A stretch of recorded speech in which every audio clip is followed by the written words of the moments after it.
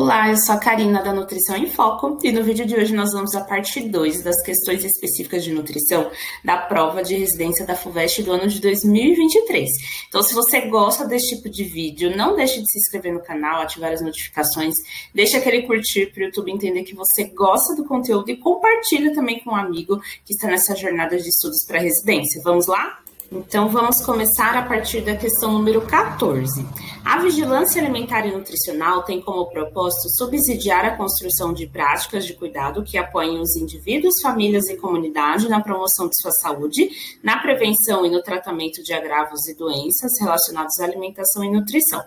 Sobre práticas de cuidado nutricional que tem a comunidade como sujeito de abordagem, é correto afirmar. Então, o que a questão quer saber é, dentro desses três sujeitos, indivíduos, família e comunidade, quais das alternativas se referem à comunidade, tá? Então, alternativa A. Fazem parte do escopo de atuação dos núcleos de apoio à saúde da família, NASF, que trabalham tanto no âmbito individual quanto no coletivo. Então, aqui essa primeira alternativa parece a correta, né, já que as equipes de saúde da família, elas trabalham, sim, tanto na assistência do indivíduo e do coletivo, que são as famílias e as comunidades. Então, por enquanto, vamos deixar como alternativa correta, mas vamos ler as outras também. B. Referem-se apenas ao local físico onde os profissionais executam as ações de cuidado, a exemplo das escolas, creches e centros de acolhimento de idosos. Então, na verdade, as práticas de cuidado nutricional, elas não se referem apenas ao local físico, a gente está falando aqui de prática, de ações, né? Os locais físicos estão incluídos, sim, dentro dessas ações, mas não se restringe apenas a isso. Então, a alternativa B nós podemos excluir. Alternativa C. Devem ter a comunidade como foco exclusivo, não podendo ser concomitantemente associadas às ações de caráter específico para indivíduos. Então, na verdade, as ações de cuidado nutricional na comunidade, elas têm a comunidade como um foco principal, mas não exclusivo. Já que, por exemplo, numa visita às residências de uma determinada comunidade, nós podemos encontrar uma demanda específica de um indivíduo que pode sim ser atendida dentro dessas ações. Então, essa alternativa C também não está correta.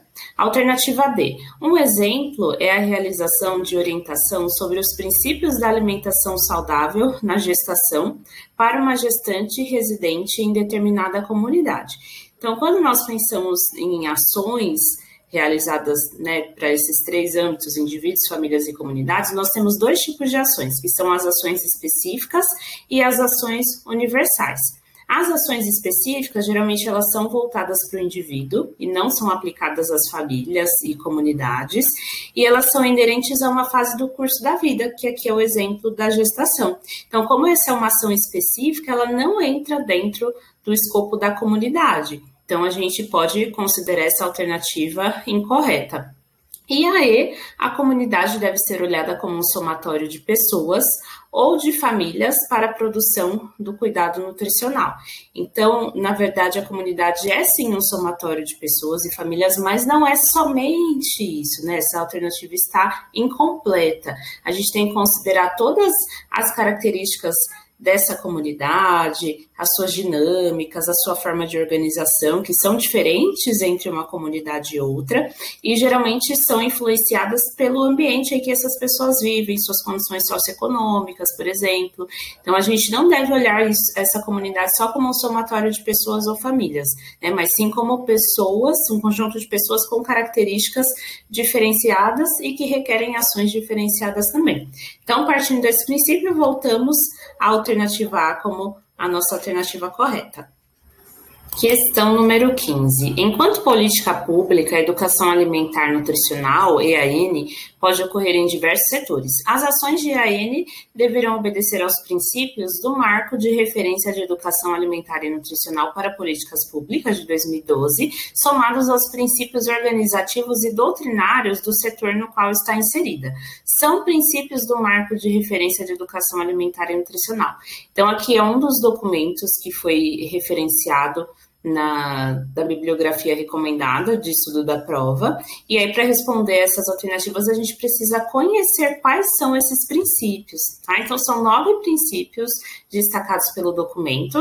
O primeiro é a sustentabilidade social, ambiental e econômica. 2, abordagem do sistema alimentar na sua integralidade. 3, valorização da cultura alimentar e local e respeito à diversidade de opiniões e perspectivas, considerando a legitimidade dos saberes de diferentes naturezas.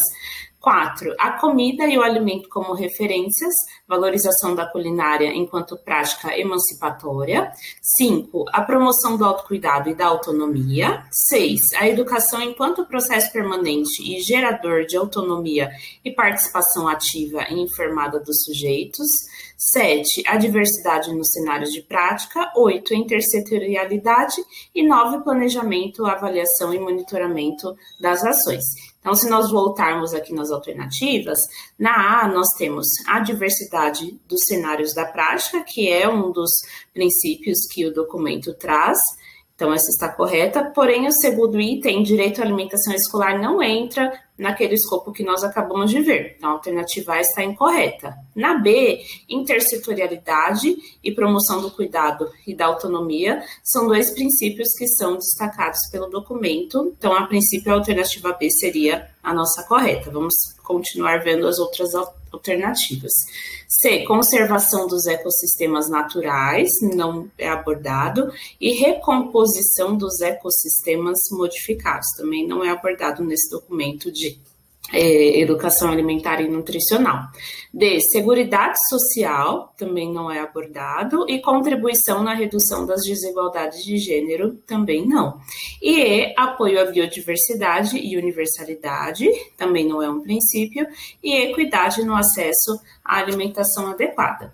Então, partindo aqui desses 9 princípios, né, onde eles falam muito das questões culturais, sociais, econômicas, né, questão da culinária, autonomia que eles querem desenvolver nos indivíduos, os cenários de prática, a intersetorialidade entre os diferentes setores do governo. Então, a gente não encontra nas alternativas, exceto a alternativa B, que é a nossa alternativa correta. Questão 16. A comunicação ultrapassa os limites da transmissão de informações e a forma verbal, compreendendo o conjunto de processos mediadores da educação alimentar e nutricional, EAN. Nesse sentido, segundo o Marco de Referência de Educação Alimentar e Nutricional para Políticas Públicas de 2012, a comunicação no contexto da EAN, para ser efetiva, deve ser pautada em.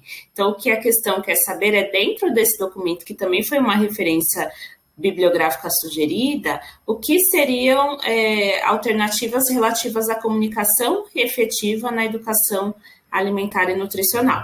Então, na alternativa A, nós temos esse título aí de relações verticais, né? Então, quando nós pensamos numa relação vertical, é uma relação onde existe um superior e abaixo dele um subordinado. Então, esse processo de comunicação, ele vem de cima para baixo, né? E quando nós pensamos numa educação efetiva, numa comunicação efetiva, na verdade, essas relações, elas devem ser verticais. Então, os 2 sujeitos no mesmo patamar, no mesmo nível, fazendo trocas de informações, e não uma relação de subordinação. Então, essa alternativa A podemos excluir. Na B, construção individualizada de saberes e práticas. Então, quando nós pensamos nessa comunicação efetiva, na verdade, essa construção, ela tem que ser uma parceria, né, e não individualizada. A gente tem que ter essa relação de troca. Então, a alternativa B também podemos desconsiderar. C, monitoramento ocasional dos resultados. Então, o monitoramento é uma ferramenta para que nós possamos avaliar a efetividade de uma ação e poder fazer as melhorias necessárias. E esse monitoramento não deve ser ocasional, mas sim um monitoramento contínuo, permanente. Então, também podemos excluir a alternativa C.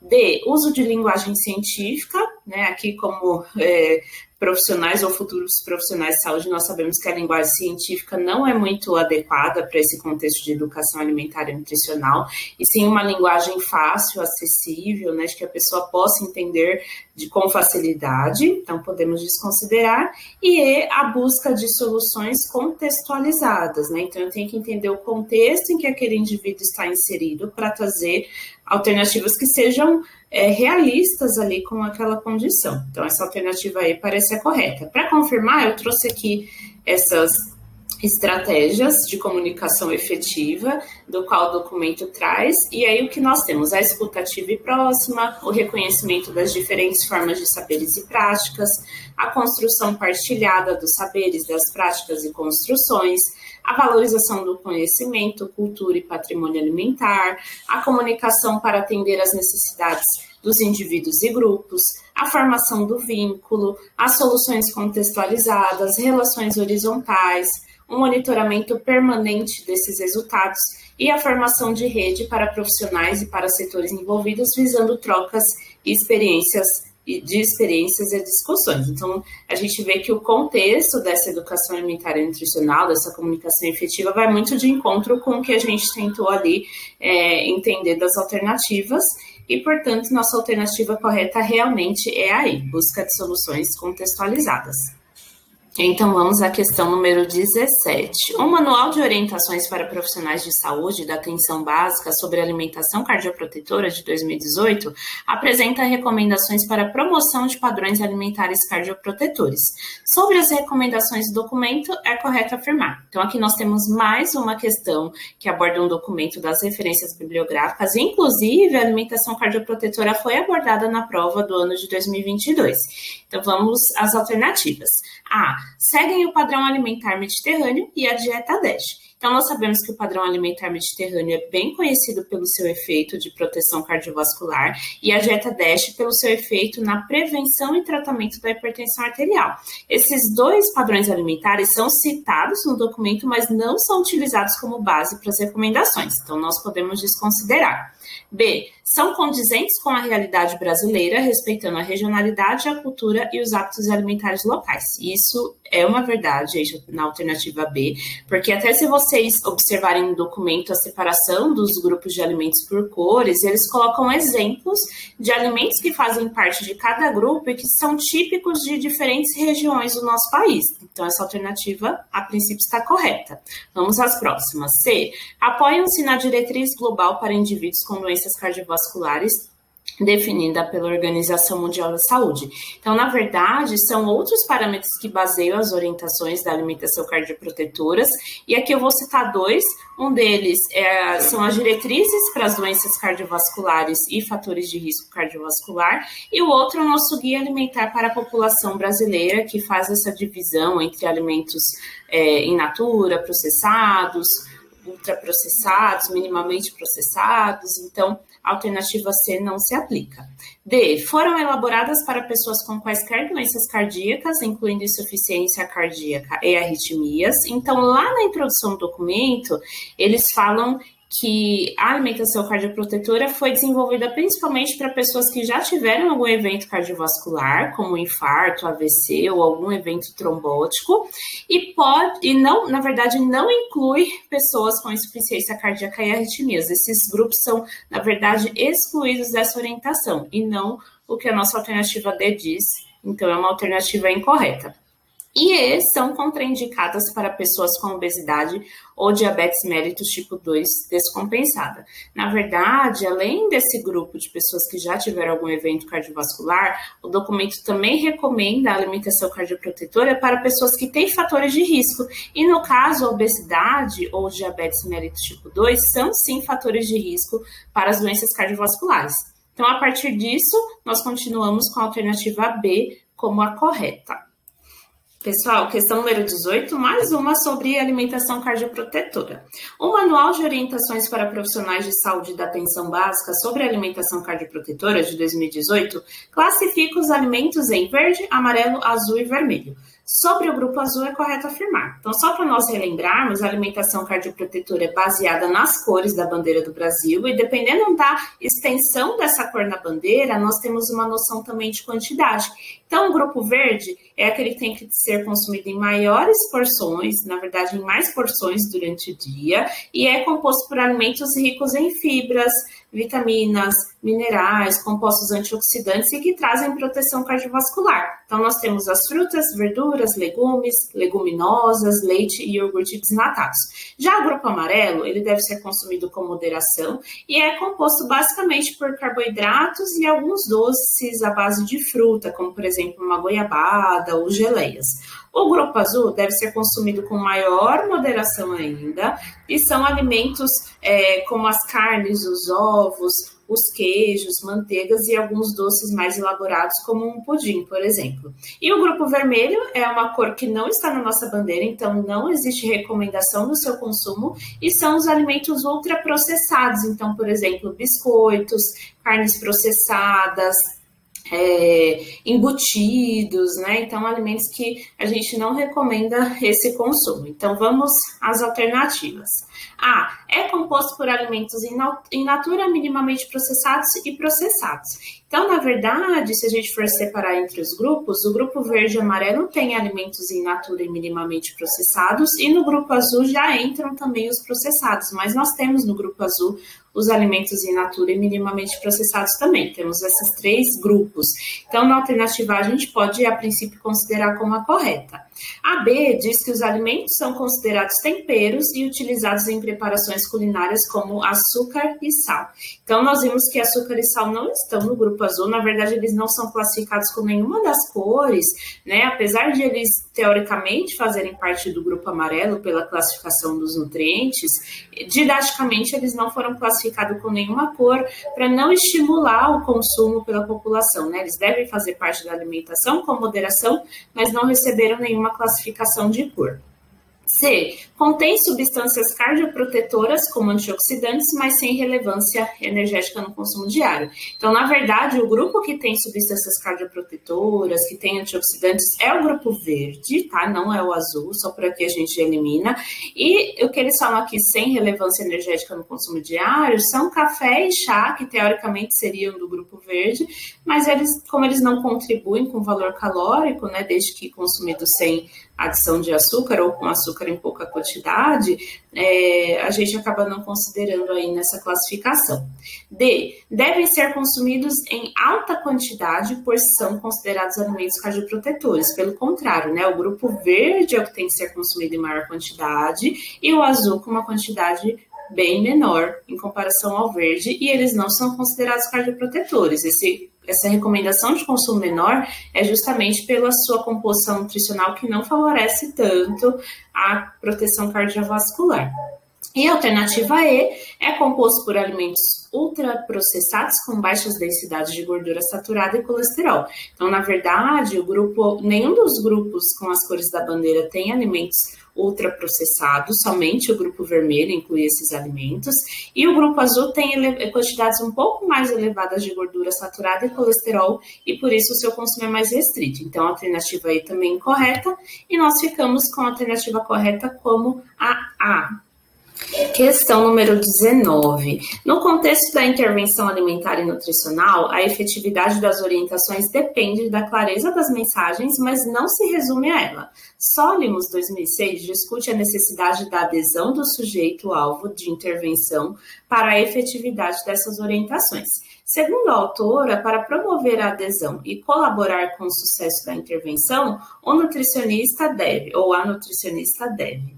Alternativa A, evitar lidar com a subjetividade do sujeito, focando-se nos aspectos nutricionais, né? Então, se nós formos pensar nesse processo de orientação nutricional, a subjetividade ela faz parte do sujeito, não tem como a gente dissociar isso, né? Então, nós devemos incluir, sim, esses aspectos dentro da orientação nutricional. Não dá para falar só de comida, de nutrientes e desconsiderar outra parte. Não podemos desconsiderar a alternativa A. B, responsabilizar-se totalmente pela intervenção, assumindo todo o processo de planejamento. O que, na verdade, é sugerido é que se compartilhe esse processo de planejamento, né? Que o sujeito da intervenção, ele seja ativo no processo, que ele tenha autonomia, que ele tenha protagonismo. Então, na verdade, o profissional não deve tomar essa responsabilidade toda para si. Então, a alternativa B também incorreta. C, investir em campanhas de promoção ao consumo de frutas e verduras. Então, nós sabemos que para o sucesso da intervenção não basta campanhas de promoção e não basta focar somente no consumo de frutas e verduras. Esse processo é muito mais complexo do que isso, né? Então, a gente pode desconsiderar também a alternativa C. D, focar-se nas condições externas que afetam a alimentação, buscando mudanças no ambiente. Então, nós sabemos que as escolhas alimentares, elas são baseadas em questões externas, sim, ambientais, né, e internas. Às vezes a gente consegue mudar o ambiente? Consegue, e algumas vezes não, né? Então, a gente tem muito que trabalhar questões internas, principalmente para que o indivíduo consiga se posicionar de diferentes formas dentro do ambiente, né? E quando possível a gente tenta essa mudança no ambiente, mas não devemos focar somente nessas condições externas. Então, D, incorreta, e E, reconhecer as experiências vividas da pessoa e a sua liberdade no processo. Então, se nós pensarmos em toda a história que a pessoa teve, sua infância, adolescência, sua fase adulta, tudo que foi vivenciado, isso influencia, sim, nas escolhas alimentares. Então, nós devemos considerar. E a liberdade do indivíduo no processo, né? De ele fazer escolhas, de ele participar de forma ativa dentro do processo de educação nutricional, de orientações nutricionais. Então, nós podemos considerar essa alternativa E como a correta. Então, vamos, pessoal, à questão número 20. A atenção nutricional como parte do Projeto Terapêutico Singular, PTS, vale-se tanto de ofertas originárias do campo da nutrição, da experiência do nutricionista e de sua visão de mundo, quanto das demandas trazidas por outros profissionais e pelos sujeitos envolvidos. Sobre o PTS, é correto afirmar. Então, só para relembrar, o Projeto Terapêutico Singular é um conjunto de propostas, de condutas terapêuticas que são voltadas para um caso específico, seja de um indivíduo, ou de uma família, ou de um grupo de pessoas, e ele parte da discussão da equipe multiprofissional, pode contar com um apoio matricial, caso seja necessário, tá? Então, só para contextualizar, para a gente entender as alternativas. Então, a alternativa A é um instrumento de organização dos serviços de saúde, né? Então, na verdade, não. O Projeto Terapêutico Singular é um conjunto de propostas para resolver um determinado caso específico, não se trata de organização de serviços de saúde, a gente pode desconsiderar. B, é dedicado a situações com menor grau de complexidade. Então, se nós formos pensar na prática, uma situação com baixo grau de complexidade, ele pode ser resolvido com orientações mais pontuais, mais isoladas, né? O projeto terapêutico, ele é necessário quando eu tenho uma situação mais complexa, quando eu tenho determinantes e condicionantes ali mais complexos de se resolver, eu preciso dessa ação mais intensa da equipe interprofissional. Então, podemos desconsiderar. C, valoriza o diagnóstico biomédico em detrimento do contexto social. Então, quando nós pensamos em diagnóstico biomédico, é aquela questão do conceito de saúde somente como ausência de doenças e deixando de lado esse contexto social, a realidade que aquela pessoa vive, sua história de vida, né, seus hábitos. Então, isso não diz respeito ao projeto terapêutico singular, também podemos desconsiderar. D, é uma oportunidade de desempenhar a função de apoio matricial, e isso eu falei lá no comecinho da explicação, né, que além da discussão da equipe interdisciplinar, eu posso sim ter esse apoio matricial. E o que seria esse matriciamento? Seria a participação num modo de produzir saúde, onde várias equipes complementam suas atividades. É uma construção compartilhada entre equipes. Então, eu posso ter, por exemplo, um vínculo de uma equipe NASF com uma equipe de saúde da família, ou a equipe de uma unidade básica de saúde, com a equipe de um CAPS.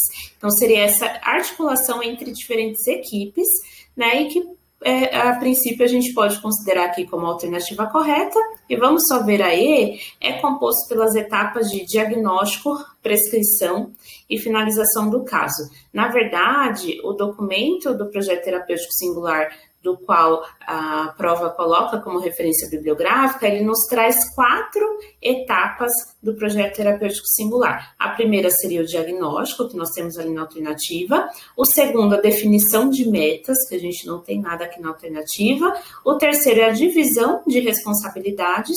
E o quarto é a reavaliação. Então, aqui na alternativa E, a única etapa correta é diagnóstico, a gente pode considerar a alternativa como errada. Então, nossa alternativa correta é a letra D.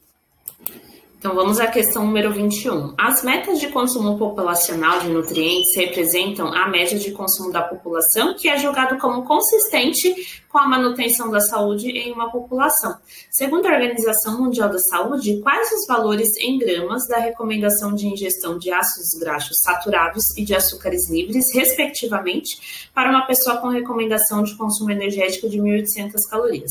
Então, eles querem saber, para 1.800 calorias, o quanto eu tenho a correspondência em gramas do limite de ingestão de gorduras saturadas e de açúcares livres. Então, nós temos a alternativa A, menor do que 2 gramas e 4,5 gramas. B, menor do que 4 e menor do que 9 gramas. C, menor do que 18 e menor do que 18 gramas. D, menor do que 20 e menor do que 36 gramas. E E, menor do que 20 e menor do que 45 gramas. Então, para a gente começar o raciocínio dessa resolução, a gente precisa primeiro saber quais são as recomendações de ácidos graxos saturados e açúcares livres. E, na verdade, para a população em geral, existe a recomendação de consumo de até 10% do VET de gorduras saturadas e até 10% do VET também dos açúcares livres. Então, para descobrir o quanto esses 10% equivalem em calorias, eu preciso fazer uma regra de 3 simples, onde 1.800 calorias correspondem a 100%, e o X que eu quero descobrir correspondem aos 10%, onde nós obtemos o valor de 180 calorias. Como 10% é um valor fácil de calcular, vocês podem dividir direto, 1.800 dividido por 10, para obter esse valor de 180 calorias. Mas como a alternativa nos pede os valores em gramas, a gente precisa ainda fazer essa segunda conversão, né? Então, para cada grama de gordura, eu tenho fornecimento de 9 calorias e para cada grama de açúcar, eu tenho fornecimento de 4 calorias. Então, qual que é o cálculo que eu tenho que fazer? Para gordura saturada, são as 180 calorias, dividida pelas 9 calorias que cada grama fornece, e eu obtenho o total de 20 gramas. E para açúcares, são 180 calorias, divididas pelo total de 4 calorias que cada grama de açúcar fornece, totalizando 45 gramas. Então, esses valores de 20 e 45 gramas correspondem à nossa alternativa E, que é a alternativa correta. Então, vamos à questão número 22. A formulação de guias alimentares é estruturada e guiada por princípios. O Guia Alimentar para a População Brasileira de 2014 apoia-se em 5 princípios, sendo um deles a relação entre alimentação saudável e sistemas alimentares saudáveis. Segundo o guia, são características do sistema alimentar hegemônico atual. Então, antes de responder a questão, vamos entender o que significa essa palavra hegemônico, tá? Então, hegemônico diz respeito a algo que é preponderante, que é predominante. Então, qual o sistema alimentar predominante no nosso país atualmente? Então, alternativa A, apoiar-se em técnicas tradicionais e eficazes de cultivo e manejo do solo, né? Então, a gente tenta, sim, valorizar essa cultura mais familiar, tradicional, mas ela não é a predominante no nosso país. Ela tem, na verdade, perdido força com o passar dos anos. Alternativa B, realizar o cultivo consorciado de vários alimentos combinado à criação de animais.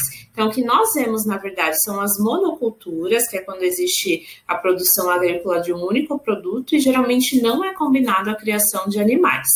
C. Ser composto por rede de distribuição de grande capilaridade, integrada por mercados, feiras e pequenos comerciantes. Então, na verdade, essa produção destinada ao consumo por mercados, feiras, comerciantes, ela é menor, não é a predominante. A gente tem um fornecimento muito maior para as indústrias e também para a exportação de produtos. Então, não é a alternativa correta. D. Basear-se em monoculturas que fornecem matérias-primas para alimentos ultraprocessados. Isso realmente acontece. Monocultura, como eu falei, é quando existe a produção de apenas um produto agrícola, e geralmente essas produções especializadas em um único produto, como por exemplo o milho ou a soja, eles são destinados para as grandes indústrias e principalmente para a produção desses alimentos ultraprocessados. Então, essa alternativa, a princípio, é a correta. mas vamos ver a E, depender de pequenas extensões de terra com uso intenso em mecanização e alto consumo de água. Então, a gente vê realmente na produção de produtos uma mecanização alta, um alto consumo de água, mas eles não dependem de pequenas extensões de terra, e sim de grandes extensões de terra. Então, por esse início da alternativa, ela está incorreta. Então, a nossa alternativa correta é a D, que diz basear-se em monoculturas que fornecem matérias-primas para alimentos ultraprocessados. Então, vamos à questão número 23. O Guia Alimentar para a População Brasileira 2014 apresenta 3 orientações sobre a comensalidade. Os benefícios da adoção dessas orientações são vários, incluindo melhor digestão dos alimentos e maior prazer com a alimentação. São orientações do guia.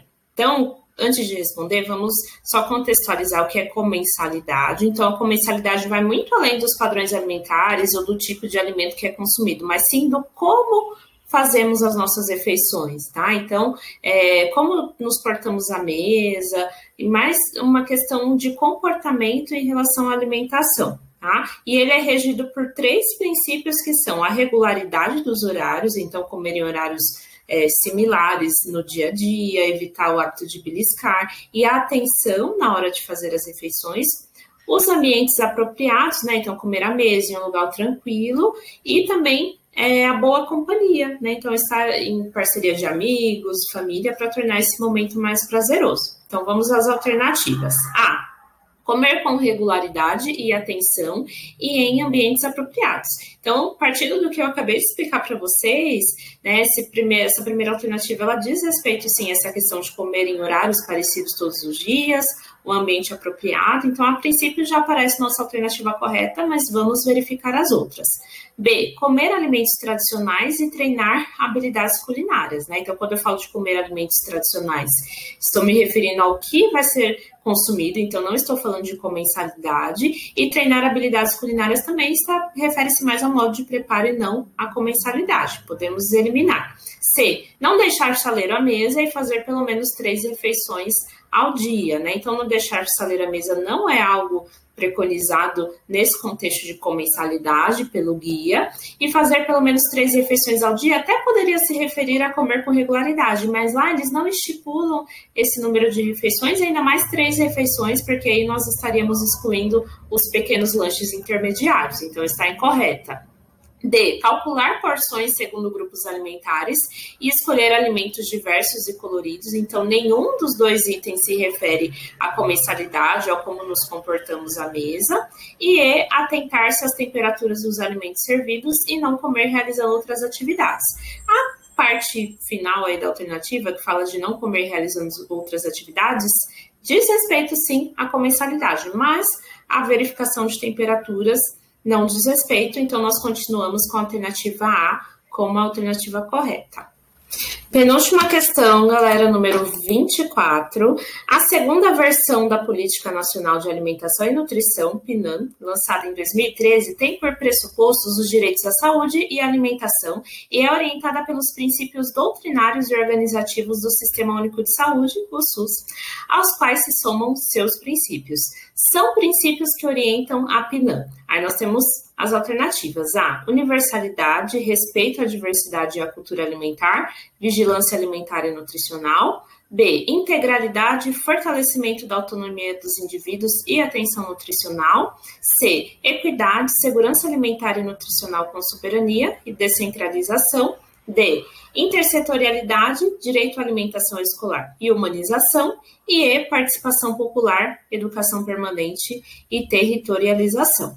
Então, para responder essa questão, é importante que vocês realmente tenham lido a política, né? Porque os princípios doutrinários e organizativos do SUS são um pouco mais fáceis de lembrar, mas os princípios da PNAN precisam realmente ter sido estudados para poder responder a essa questão. Então, vamos lá. Trouxe aqui só um lembrete dos princípios doutrinários e organizativos do SUS, que são citados também na PNAN, que são a universalidade, a integralidade, a equidade, a descentralização, a regionalização, hierarquização e a participação popular. E dos princípios do PNAE, nós temos 5, que são a alimentação como elemento de humanização das práticas de saúde, o respeito à diversidade e à cultura alimentar, o fortalecimento da autonomia dos indivíduos, a determinação social e a natureza interdisciplinar e intersetorial da alimentação e nutrição e, por último, a segurança alimentar e nutricional com soberania. Então, a partir desses princípios, vamos analisar as alternativas.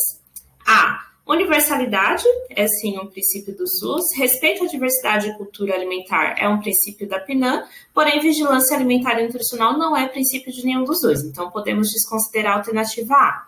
B. Integralidade é um princípio do SUS, fortalecimento da autonomia dos indivíduos é um objetivo da política e atenção nutricional não é um princípio de nenhum dos dois, então podemos também desconsiderar. C. Equidade é um princípio do SUS, segurança alimentar e nutricional com soberania é um princípio da PNAE e descentralização é um princípio do SUS, então a princípio a alternativa C é a nossa alternativa correta. D. Intersetorialidade é um princípio do SUS, o direito à alimentação escolar não é um princípio nem do SUS e nem da PNAE, e humanização é um dos princípios também, então podemos desconsiderar pelo direito à alimentação escolar.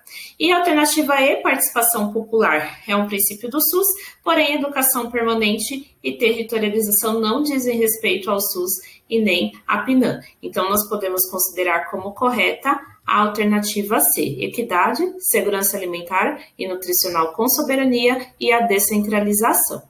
E vamos à nossa última questão específica da prova de nutrição da FUVEST de 2023. Então, questão número 25. O conceito de apoio matricial foi proposto dentro de uma linha de pesquisa voltada para a reforma das organizações e do trabalho em saúde no Brasil. Posteriormente, essa metodologia de gestão do cuidado foi adotada em serviços e programas de saúde no Sistema Único de Saúde. O apoio matricial tem como objetivo. Então, aqui, pessoal, é um tema que nós já falamos nesse vídeo do apoio matricial, que seria essa colaboração entre diferentes equipes de saúde, né? E vamos ver o que as alternativas nos trazem para tentar encontrar a alternativa correta. Então, lá, organizar a atenção em saúde em departamentos, diretorias ou coordenações segundo especialidades. Então, esse não é o objetivo do apoio matricial, né? Então, na verdade, é o apoio entre equipes e não separar, organizar a saúde em departamentos. B. Definir normas e protocolos para a padronização de condutas de cuidado. Isso também não remete ao apoio matricial, estamos falando de colaboração entre equipes, isso não diz respeito à definição de normas e protocolos, então também podemos excluir essa alternativa. C. Criar relações do tipo vertical em que a comunicação entre os níveis ocorre por informes escritos.